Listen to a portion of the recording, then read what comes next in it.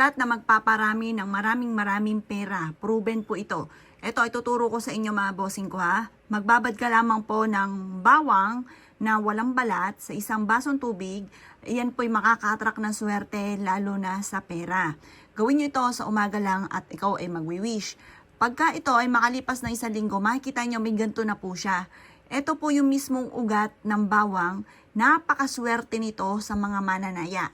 Kaya kung ikaw po ay mananaya, ito ay gugunting nyo siya dito. Yan. Tapos, ito po ay isisiksik ninyo sa inyo pong pitaka. Ang dulot nito ay napakaswerte. Ito po yung ugat na ito ay napakaswerte lalo na sa mga mananaya. Kaya kung ikaw ay mananaya, ito ang wag na wag kang magpapawala. Ito yung ugat ng bawang. Tapos itong kuntil ng bawang, pwede nyo itong kunin at isiksik nyo rin sa wallet po ninyo. Ang dulot po niyan ay napakaswerte.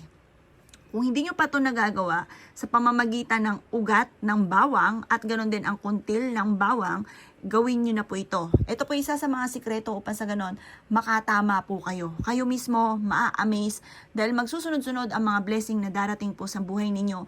Kayo mismo matutuwa dahil kayo mismo ay maraming mga hindi inaasahan na maraming pera. Kayo mismo ay makakatama. Or kaya po sa inyo po negosyo, kayo po ay magkakaroon ng araw-araw na malaking benta. Lagi kang dadalhin po nito kung saan lagi ikaw ay magkakaroon ng maraming pera. Proven po ito. Pag ginawa nyo po ito, kailangan sikreto lamang. Kasi nauudlot minsan ng swerte kapag napagsasabi nyo na kaagad nang hindi pa nangyayari yung swerte. Kaya kailangan, para hindi maudlot, isisikreto nyo na lamang po siya. Ito po ay lagi nyo aayudahan na magkakaroon ako ng maraming pera. Tuwing umaga, lagi nyo sasabihin po yan, magkakaroon ako ng maraming pera, magkakaroon ako ng maraming pera. Hindi na ako mauubusan ng pera, maraming pera ang darating sa akin. Yayaman ako at magiging matagumpay. Or kaya, imbabayaran ko na lahat ang aking mga pagkakautang. Maraming pera ang darating sa akin. Isa po yan sa mga sikreto para magkaroon ka talaga ng maraming pera. Proven po ito sa pamamagitan ng ugat mga bossing ko ng bawang. Ugat ng bawang ha. Kaya kailangan maglagay ka na po ng pinagbalatan ng bawang sa isang basong tubig at ito po ay hintayin nyo na magkaroon ng ugat.